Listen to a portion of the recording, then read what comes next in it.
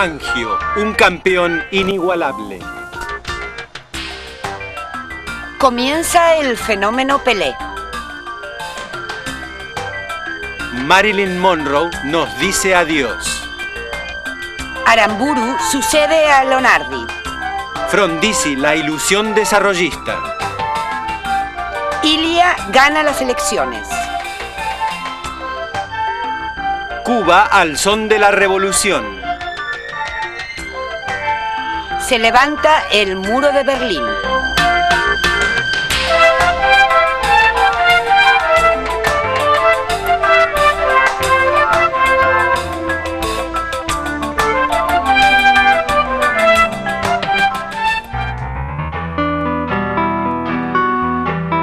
Tras derrocar a Perón, el general Lonardi había lanzado la consigna de ni vencedores ni vencidos. Cuando al poco tiempo los militares vencedores exigieron una desperonización enérgica del país, Lonardi, ya enfermo, renunció. El 13 de noviembre de 1955 lo sucedió el general Pedro Eugenio Aramburu. El contraalmirante Rojas siguió de vicepresidente. Y se terminaron las ambigüedades. Una política de mano dura intervino la CGT y prohibió todo símbolo justicialista. El 9 de junio de 1956, un levantamiento peronista se saldó con más muertos. Fueron fusilados 34 insurrectos, militares y civiles, entre ellos el general Juan José Valle, jefe de la rebelión. A principios de 1957, Aramburu convocó a las urnas para homologar la derogación de la Constitución de 1949, ya suprimida por decreto. El 24% de los votos en blanco reflejó que, aunque proscripto, el peronismo seguía siendo la primera mayoría. La Unión Cívica Radical, la segunda mayoría del país, se había dividido a principios de 1957. Por un lado, la Unión Cívica Radical del Pueblo, liderada por Ricardo Balbín. Por otra, la Unión Cívica Radical Intransigente, dirigida por Arturo Frondizi, cuyas banderas, sobre todo en materia petrolera, seducían a ciertos sectores progresistas.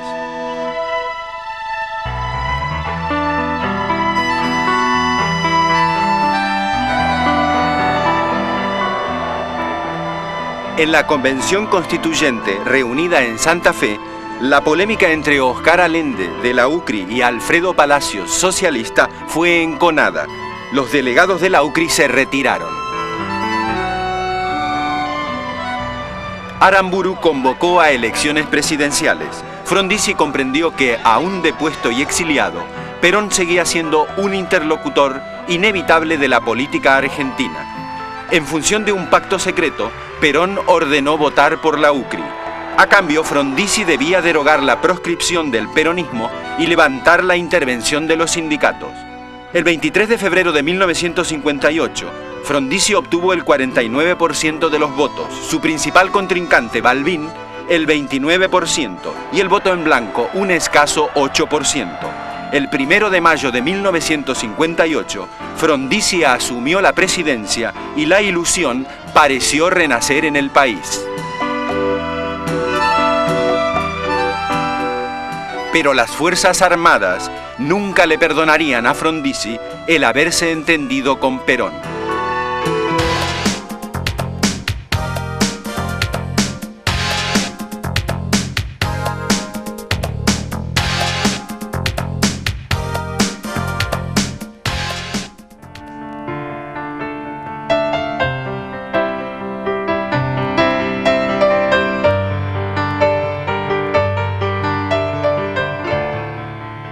En los años 50, Joan Miró se consagró como artista universal. Sus pinturas, cerámicas y esculturas recorrieron Europa y Estados Unidos. Ganó la Bienal de Venecia del grabado y realizó el mural de Harvard. Eisenhower lo recibió en la Casa Blanca. Fue también un guiño democrático a España. Con Llorens Artigas, Miró pintó los murales de la sede de la UNESCO en París.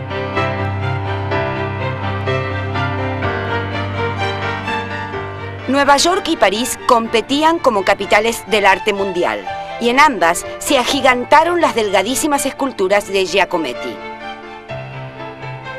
El Atomium de Bruselas, construido con motivo de la Exposición Universal de 1958, expresó el arte de la era atómica. La escultura de 110 metros de alto simboliza una molécula de cristal ampliada 165 veces. El irlandés Samuel Beckett estrenó en París Esperando a Godot, y el Teatro del Absurdo le hizo ver al público lo irracional de sus propias esperas y esperanzas. En España, en 1951, Camilo José Cela sorprendió con La Colmena, una visión crítica en pleno franquismo. En 1954, dos pensadores hispanos dijeron adiós para siempre, Eugenio Dors y José Ortega y Gasset. 2 años más tarde, desaparecería Pío Baroja, un grande de la generación del 98. En ese mismo 1956, Juan Ramón Jiménez, voz mayor de la generación del 27, recibió el Nobel de la Literatura. En la Argentina, en 1961, Ernesto Sábato escribió un clásico de la literatura, Sobre héroes y tumbas. Paradójicamente, su informe sobre ciegos se volvió un informe clarividente sobre el país.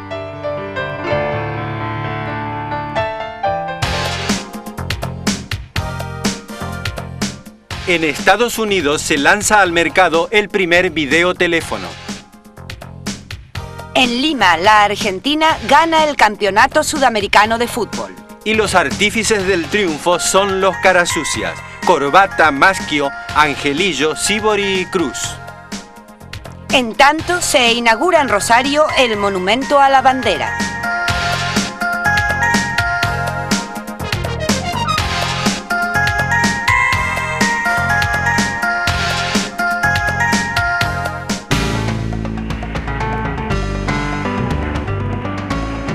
Desde que cosechó el título de campeón mundial en 1951, la carrera de Fangio fue imparable. Volvió a ser campeón del mundo en 1954, 55 y 56. Pero la máxima hazaña al volante fue en 1957, cuando se consagró quíntuple campeón mundial de Fórmula 1.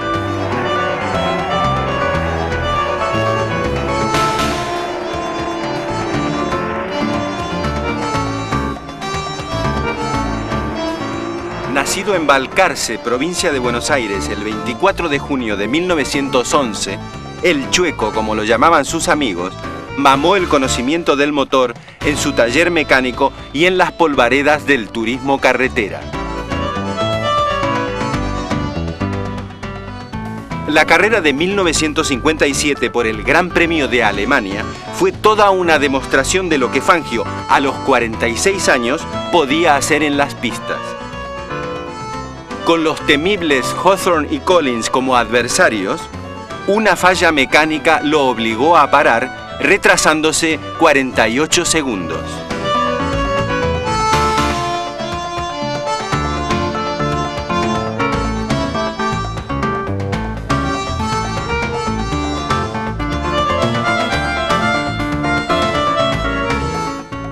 Nuevamente en carrera, durante 3 vueltas la ventaja de sus adversarios se mantuvo.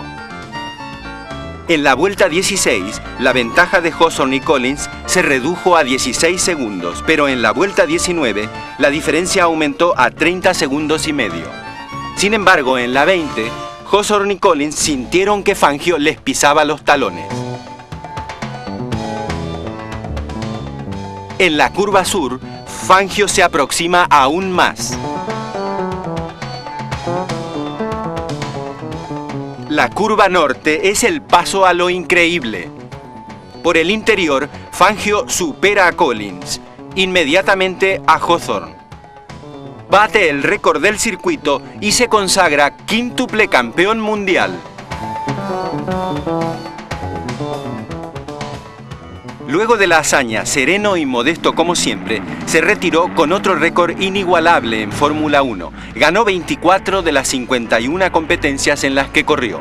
El Chueco se fue para siempre en 1995, Pero a cualquiera que no corre, sino vuela, los argentinos aún hoy le preguntan: ¿y vos quién te crees que sos? ¿Fangio?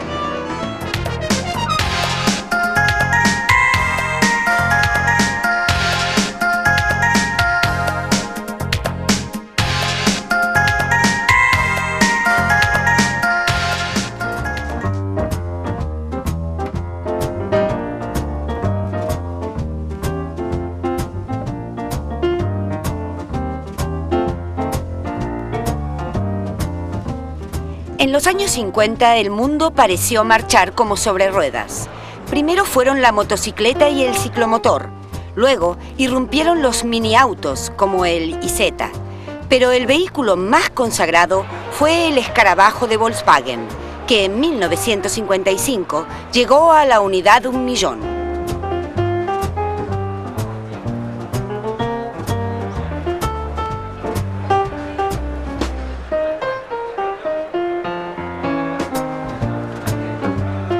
Superados los años de posguerra, la moda volvió a poner sus ojos en París y la alta costura. Los salones Chanel y Dior deslumbraron al mundo femenino con sus tapados 3/4 de corte recto y los trajes entallados. Los vestidos de noche lucían amplios escotes que realzaban los hombros e insinuaban algo más. La cola de caballo se convirtió en el sello de las quinceañeras, más la pollera acampanada, el pantalón corto o un conjunto de pullover y saco de punto. Mientras los concursos de belleza catapultaban sus tentaciones, los muchachos imitaban a Elvis, con jeans, camperas de cuero y peinados con jopo. Ser joven era lucir motocicleta, cigarrillos con filtro y la radio portátil Spica. Los adolescentes se reunían en bares y organizaban asaltos, fiestas en casa de amigos, donde a la habilidad del baile se añadía el hula hula. Pero fue una boda de ensueño lo que fascinó en esos años. El 19 de abril de 1956, en Montecarlo, la actriz norteamericana Grace Kelly y el príncipe de Mónaco Rainiero III fueron aclamados. Poco antes habían contraído matrimonio en la Catedral de San Carlos. Aquel amor, su matrimonio, sus hijos y su muerte harían latir durante décadas a la prensa del corazón.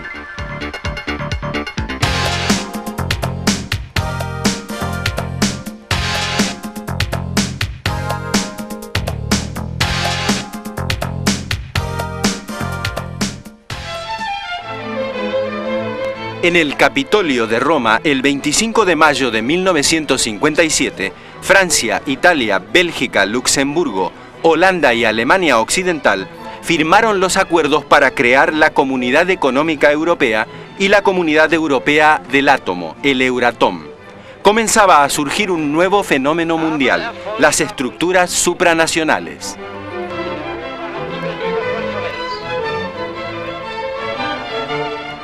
El ministro francés de Asuntos Exteriores, Robert Schuman, impulsó el nacimiento de las primeras instituciones europeas comunes. Surgió la Comunidad Europea del Carbón y del Acero, la CECA, y en 1951 se sentaron las bases de la Comunidad Europea.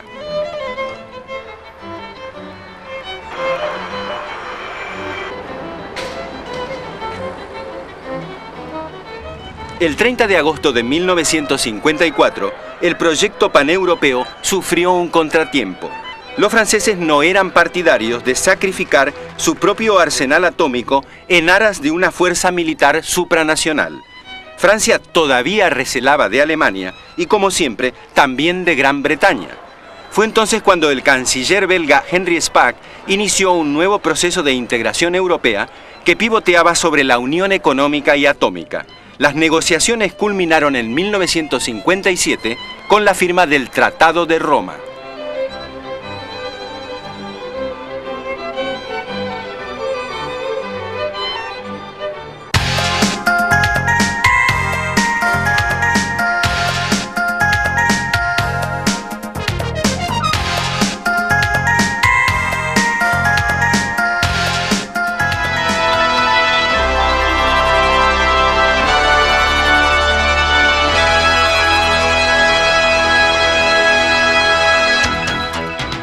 El principal objetivo de los científicos en los años 50 se centró en el uso pacífico de la energía nuclear.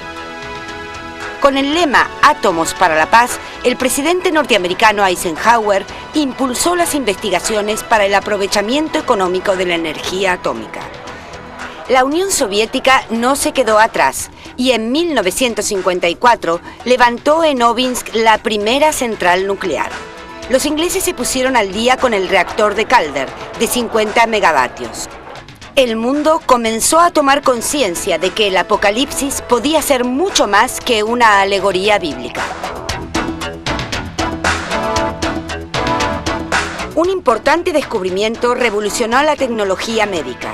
El cirujano norteamericano Gibbon realizó la primera operación quirúrgica con la ayuda de un aparato cardiovascular. Nuevas técnicas de refrigeración permitieron el desarrollo de los alimentos ultracongelados, que se volvieron habituales en los supermercados y revolucionaron los hábitos de la alimentación. La firma inglesa EMI presentó el primer escáner.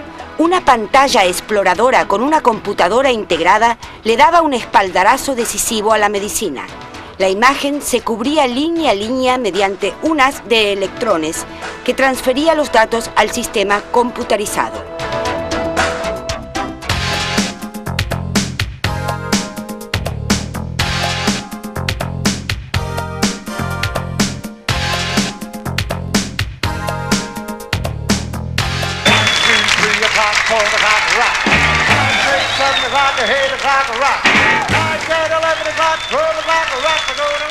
A mediados de los años 50, el rock hizo su aparición. Bill Haley, con el Rock Around the Clock, detonó el delirio rockero. Mezcla de música country y blues, el nuevo estilo electrizó al mundo y más que en un tipo de música, se convirtió en la protesta juvenil contra la domesticada sensatez de los mayores.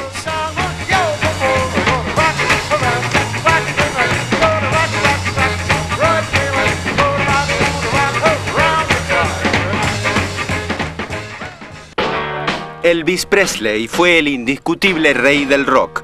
Su forma de bailar escandalizaba a más de un veterano, pero para los jóvenes encarnaba las más secretas ansias de amor, rebeldía y liberación.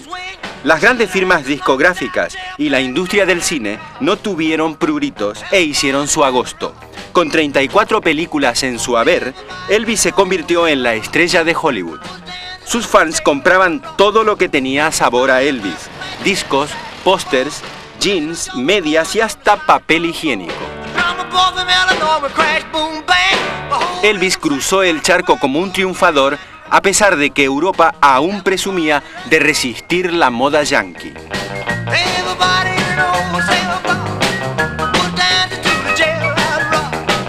Pero las emisoras norteamericanas de la Alemania ocupada emitían rock, y Radio Luxemburgo comenzó a emitir rock. Y como si no fuese el viejo mundo, Europa empezó a sacudir el esqueleto. Era la hora del rock.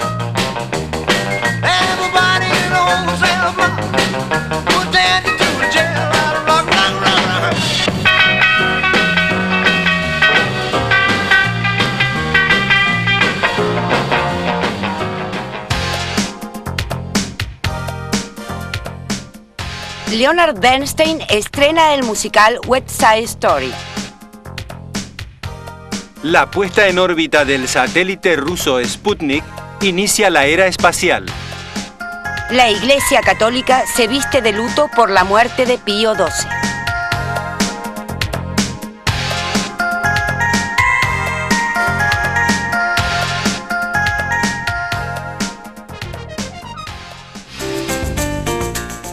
Decir fútbol es decir Pelé.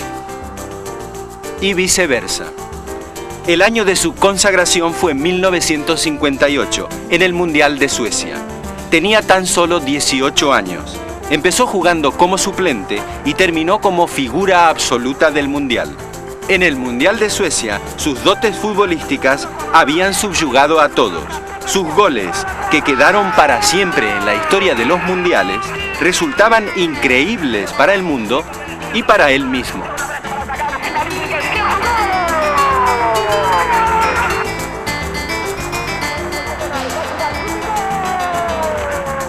Después de derrotar a Suecia por 5-2, al festejar la copa, Pelé lloró como un chico. Pero Brasil reía. Podía presumir, esta vez en serio, de tener un jugador que era o más grande do mundo.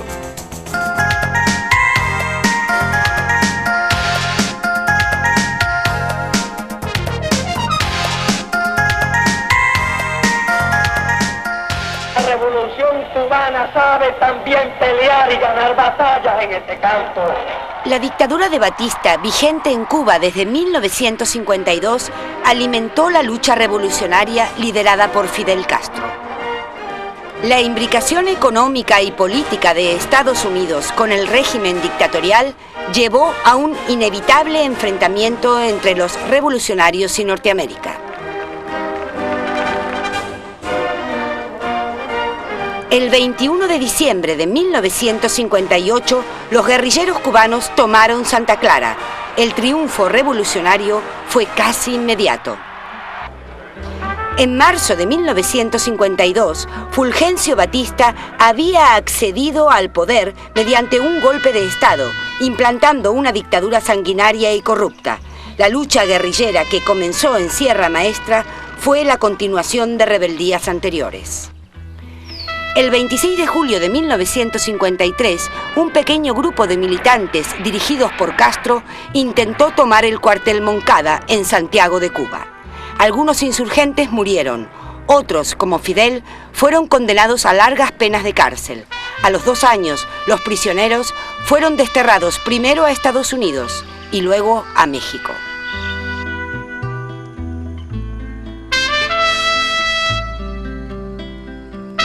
En el exilio, Fidel Castro conoció a Ernesto Che Guevara. Juntos organizaron la continuación de la lucha contra Batista.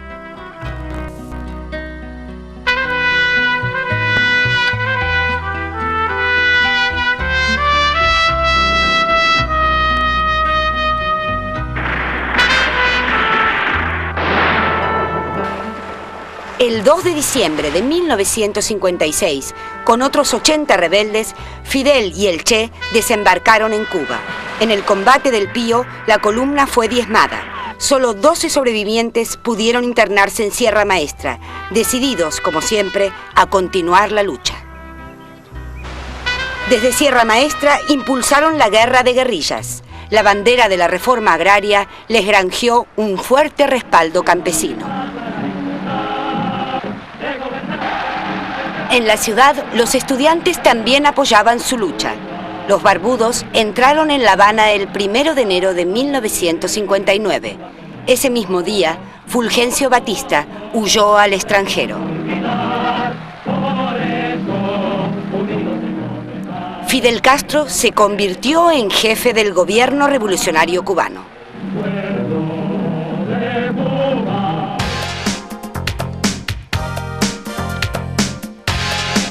La vacuna oral desarrollada por Sabin erradica la poliomielitis. Gamal Abdel Nasser inaugura las obras de la represa de Asuán, construida con ayuda soviética. Nureyev, el aclamado bailarín ruso, pide asilo político en París.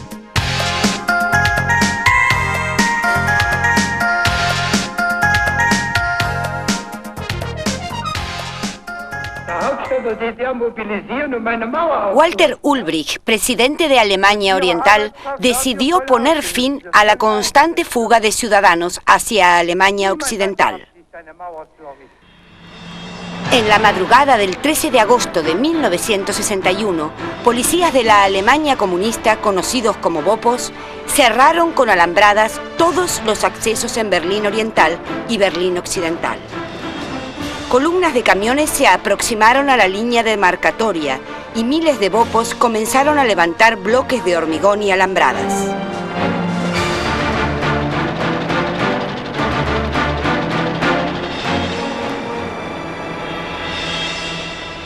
La construcción del muro de Berlín acentuó dramáticamente la división de Alemania y del mundo.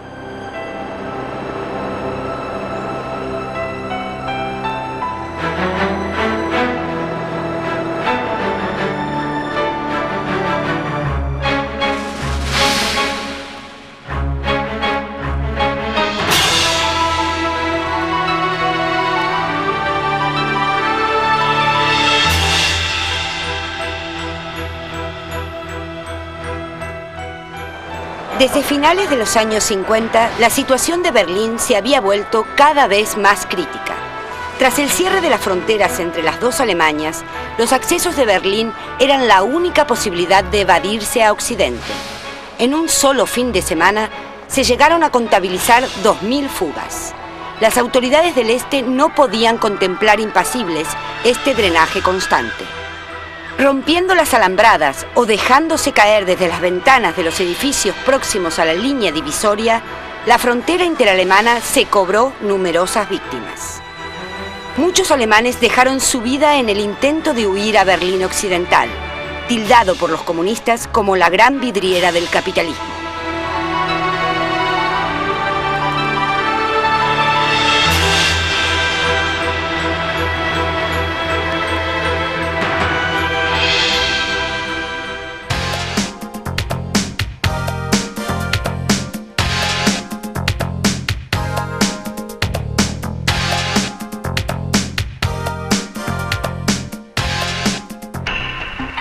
Tras asumir, Frondizi decretó un aumento salarial del 60% y promulgó una ley de asociaciones profesionales casi igual a la de 1945, derogada por la Libertadora.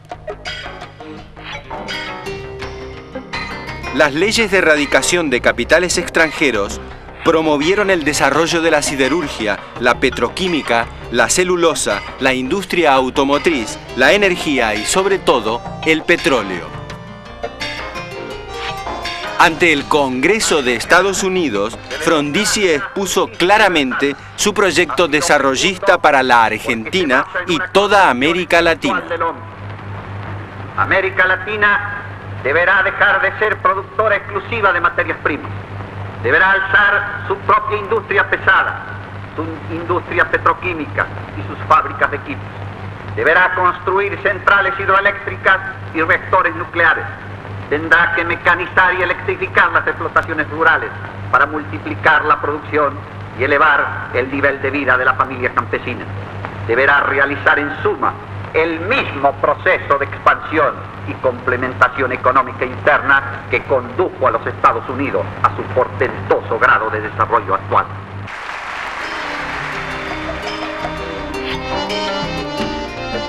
Las inversiones extranjeras de $20 millones en 1957 subieron a 248 millones en 1958.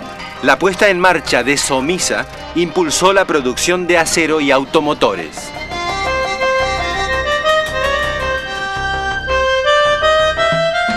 El país llegó casi al autoabastecimiento de petróleo. La expansión, sin embargo, acarreó inflación, dificultades en la balanza de pagos y especulación financiera. En diciembre de 1958, Frondizi pidió ayuda al Fondo Monetario y nombró ministro de Economía al liberal Álvaro Alzogaray. Por primera vez, un ministro se convirtió en estrella de televisión.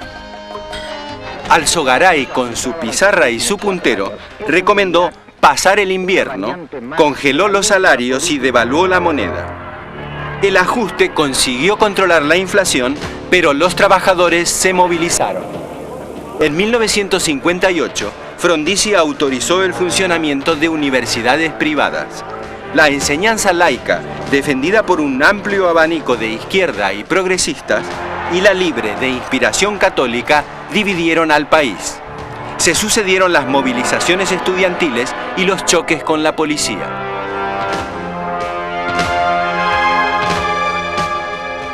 La represión a la huelga del frigorífico Lisandro de la Torre en enero de 1959 puso a los sindicatos en pie de guerra. El sindicalismo, liderado por el metalúrgico Augusto Timoteo Bandor, decretó numerosas huelgas, como la de ferroviarios y bancarios. También apeló al sabotaje, como el cometido contra Gas del Estado en Mar del Plata. Fue un momento de gran tensión promovido por la llamada resistencia peronista. Hacía ya un tiempo que la relación con el peronismo estaba resquebrajada. El 14 de marzo de 1960, Frondizi intentó restaurar el orden con el Plan Conintes, Plan de Conmoción Interna del Estado. Ciertos gestos de Frondizi, como el recibir a Fidel Castro y luego al Che Guevara, irritaron a las Fuerzas Armadas embanderadas con Estados Unidos en la Guerra Fría que dividía al mundo. El 18 de marzo de 1962, el triunfo del peronista Andrés Framini en la provincia de Buenos Aires encendió la luz roja en los cuarteles. Bajo presión militar, Frondizi anuló las elecciones. Ya había sufrido una treintena de planteos militares y a todos había tenido que ceder algo. Pero no fue suficiente. Tampoco bastó su reiterada frase de "no renunciaré, no me suicidaré, no me iré del país".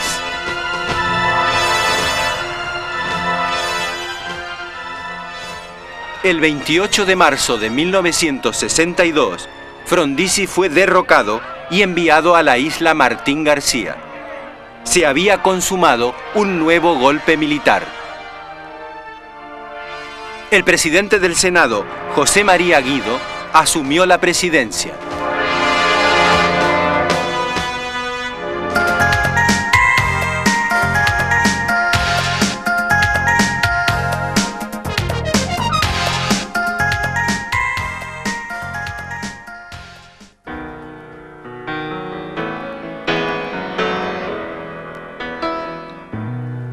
Marilyn Monroe fue el símbolo de toda una época. Timidez, ingenuidad, erotismo y cierto destello melancólico coronaban su cabellera rubia y su sonrisa tristona.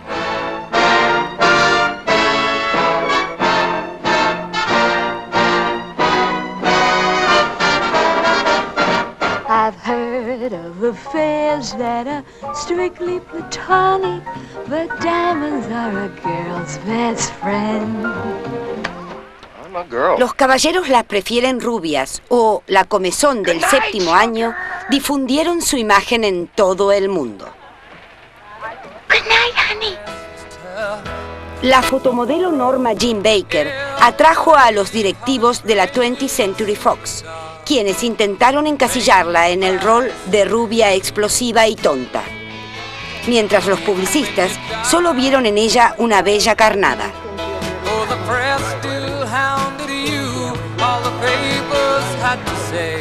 La relación con Lee y Paula Strasberg significó para Marilyn descubrir otros horizontes. En el famoso Actors Studio, Marilyn se sintió valorada como actriz y como persona. Su vida privada también pareció cambiar. De procedencia humilde, Marilyn conoció el gran mundo. Tras un primer fracaso matrimonial, se casó con Joey DiMaggio, un héroe popular de béisbol. Divorciada de nuevo, Marilyn se casó con el escritor Arthur Miller, quien le abrió las puertas del mundo de la cultura. Miller estaba escribiendo el guión de Vidas Rebeldes. Fue la primera película en que Marilyn desempeñó un papel importante. Malogrado su casamiento con Arthur Miller, Marilyn inició entre bambalinas una relación con John Fitzgerald Kennedy. Mr. President, happy birthday to you. Marilyn estaba tan convencida de la solidez de este nuevo vínculo que llegó a anunciar a sus íntimos que pronto sería la primera dama de Estados Unidos. En aquella época, Marilyn Monroe iba a rodar la película Algo que dar. Fue todo un presagio. La Fox la echó antes de comenzar la filmación. La reemplazó Doris Day y la película se llamó Yo elegí a la otra. La relación imposible con Kennedy, el hombre más poderoso de la Tierra, elevó las cotas de su depresión. En la madrugada del 5 de agosto, la encontraron muerta en su casa. En su mesita de luz, un frasco de somníferos.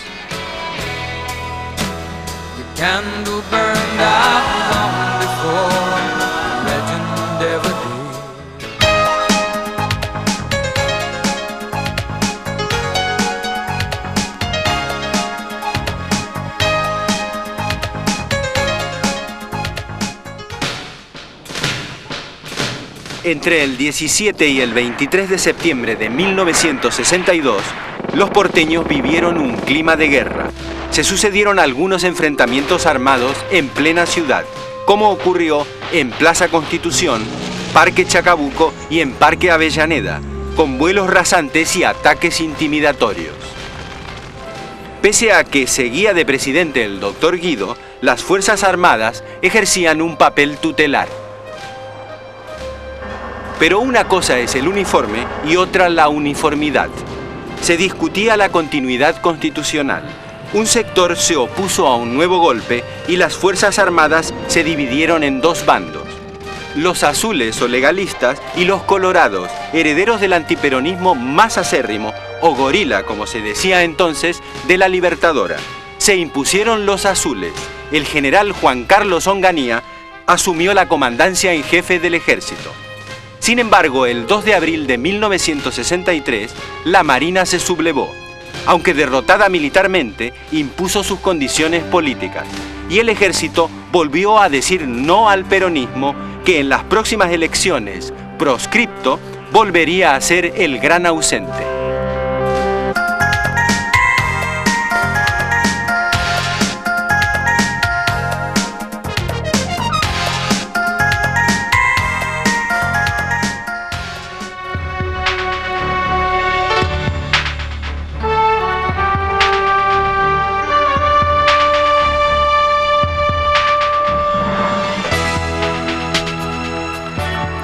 Los Juegos Olímpicos de 1960 se celebraron en Roma.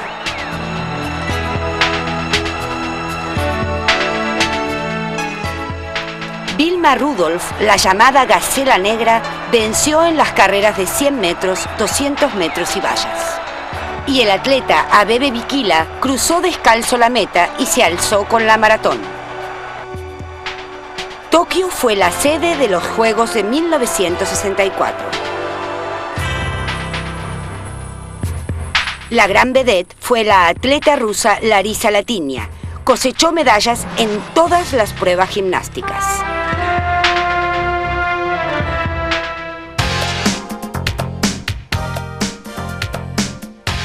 De la mano de Quino, Mafalda comienza a recorrer la Argentina y termina dando vuelta al mundo.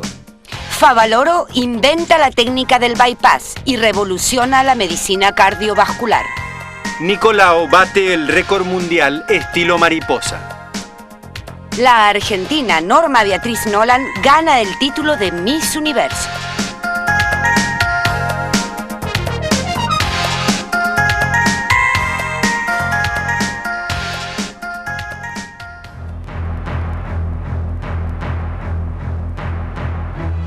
El 14 de octubre de 1962, aviones de reconocimiento norteamericanos descubrieron en Cuba rampas lanzacohetes. Estados Unidos no podía acostumbrarse a la idea de que Cuba, hasta hace unos años bajo sus órdenes, siguiese ahora con Fidel Castro una política independiente y estrechase sus relaciones con la Unión Soviética. El descubrimiento de las rampas para misiles elevó la tensión mundial al borde del cortocircuito. Tal como advirtiese Kennedy, cada misil era capaz de alcanzar Washington, el Canal de Panamá, Cabo Cañaveral o cualquier ciudad del sureste de Estados Unidos.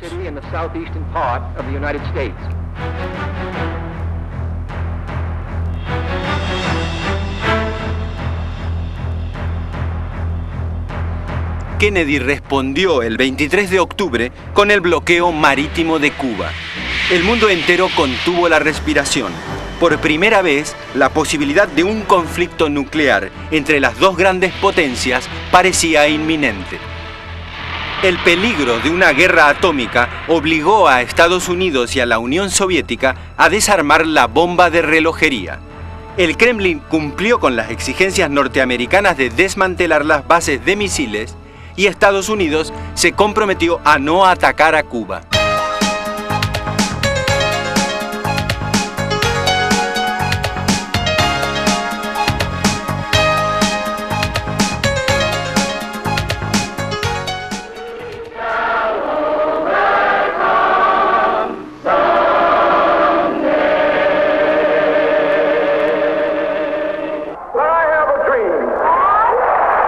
Tengo un sueño, dijo Martin Luther King, que algún día los hijos de los antiguos esclavos y los hijos de los antiguos amos puedan sentarse a la misma mesa.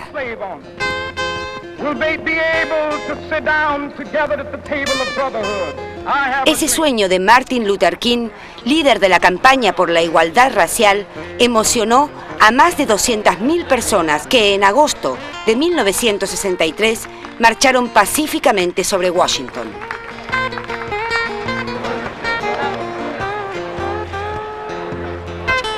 Más de 1 millón de soldados negros norteamericanos habían luchado en la Segunda Guerra por la democracia. Ahora exigían democracia para ellos en su propio país. Las acciones de resistencia pacífica seguían reivindicando la igualdad de oportunidades en la educación. El ingreso de estudiantes negros a las universidades y las escuelas superiores era entorpecido por 1000 trabas. Quienes lograban sortearlas debían entrar con protección oficial. A pesar de las llamadas a la resistencia pacífica, la espiral de violencia crecía. En las grandes ciudades se sucedían los incendios, los saqueos y los enfrentamientos entre blancos y negros y con la policía. Los soldados debían ser movilizados para mantener el orden. Martin Luther King también sería víctima de esa violencia. El Premio Nobel de la Paz y líder de la igualdad racial fue asesinado a balazos el 4 de abril de 1968 en Memphis. El odio racial cargó y disparó el arma homicida.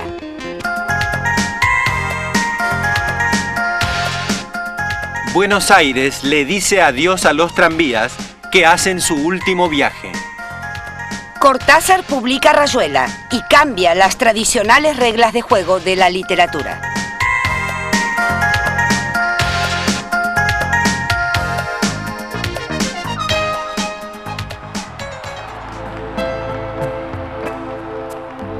El 22 de noviembre de 1963, en Dallas, las esperanzas de toda una generación norteamericana fueron barridas a balazos.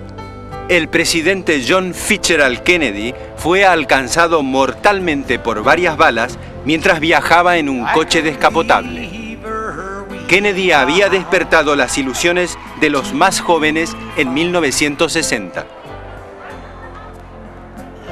A los 43 años se convirtió en el primer católico que accedía a la presidencia de Estados Unidos. El joven presidente se había ganado el apoyo de amplios sectores con promesas de igualdad racial y mejoras en los servicios sociales. Su mandato, sin embargo, se caracterizó por fuertes choques con la Unión Soviética. Ni siquiera su reunión cumbre con Nikita Khrushchev pudo limar las diferencias.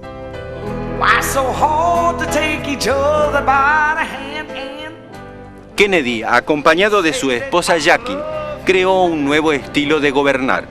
La Casa Blanca se convirtió no solo en un centro político, sino también cultural y social.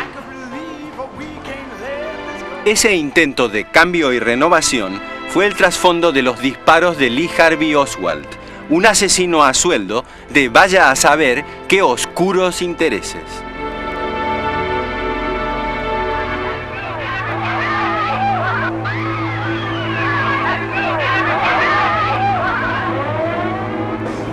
El 24 de noviembre, Oswald iba a ser trasladado desde la comisaría de Dallas cuando Jack Ruby, dueño de un bar nocturno, lo mató a tiros ante millones de telespectadores.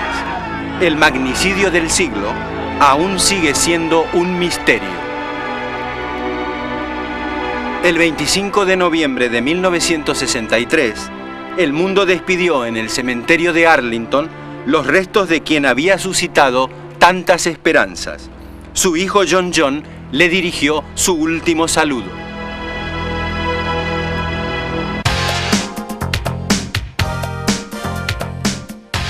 El líder nacionalista Ben Bella asume la presidencia de Argelia. El Papa Pablo VI, primer pontífice que visita Tierra Santa. Independiente se consagra como el primer equipo argentino que sale campeón de América.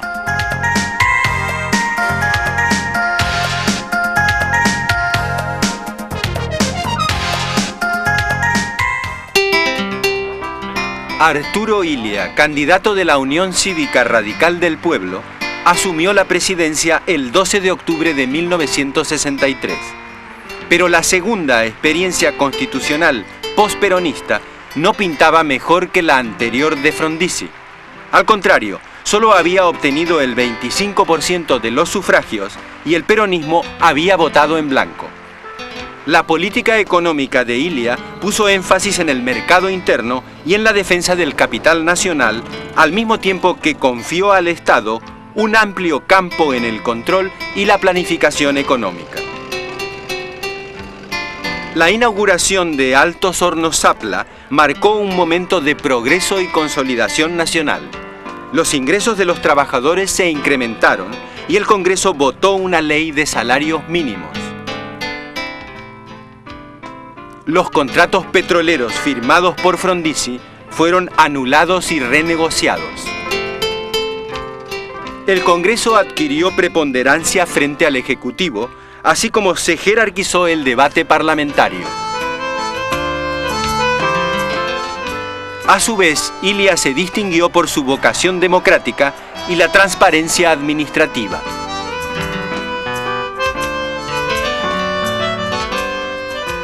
La visita del general de Gaulle, que, retirado de la OTAN, amagaba en el mundo una política tercerista, pareció darle a Illia un realce internacional.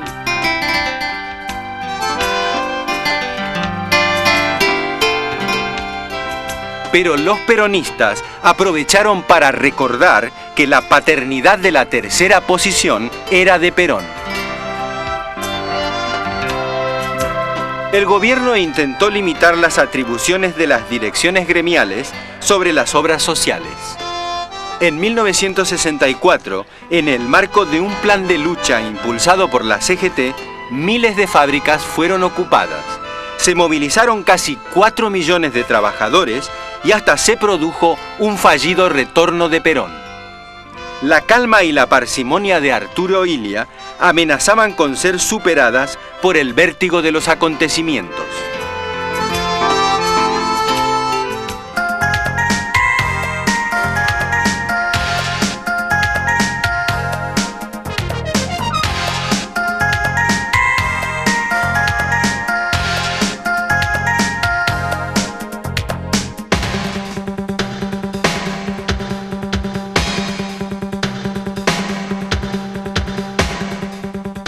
Alfredo Di Stéfano, un grande entre los grandes, integró en forma alternativa la famosa máquina de River, pero su gran fama la alcanzó en el Real Madrid, donde su juego exquisito entre 1953 y 1964 le dio al equipo merengue 8 campeonatos y 5 Copas de Europa consecutivas.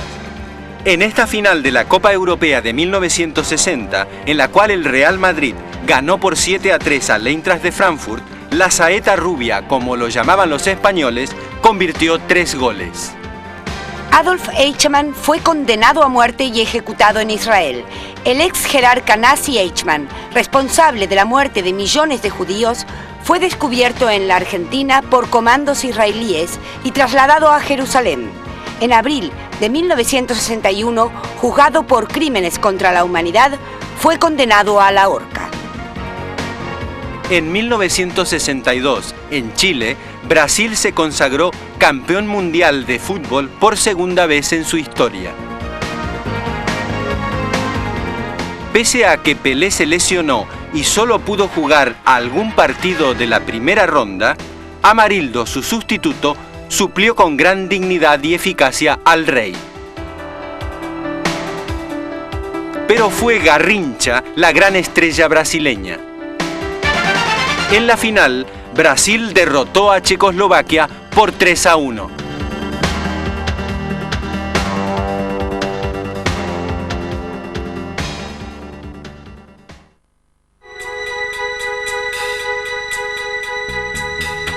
Del Che Guevara al Mayo francés.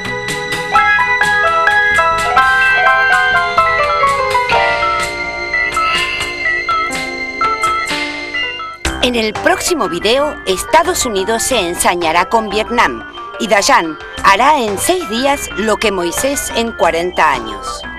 pero bastarán horas para que un nuevo golpe se descargue sobre el país. La Argentina perderá ante Inglaterra, pero Racing se vengará con los escoceses y ganará la Intercontinental. Eso sí, los Beatles le pondrán música a lo imposible. En Cosquín, el folclore batirá el parche y en Bolivia, el Che dirá hasta siempre.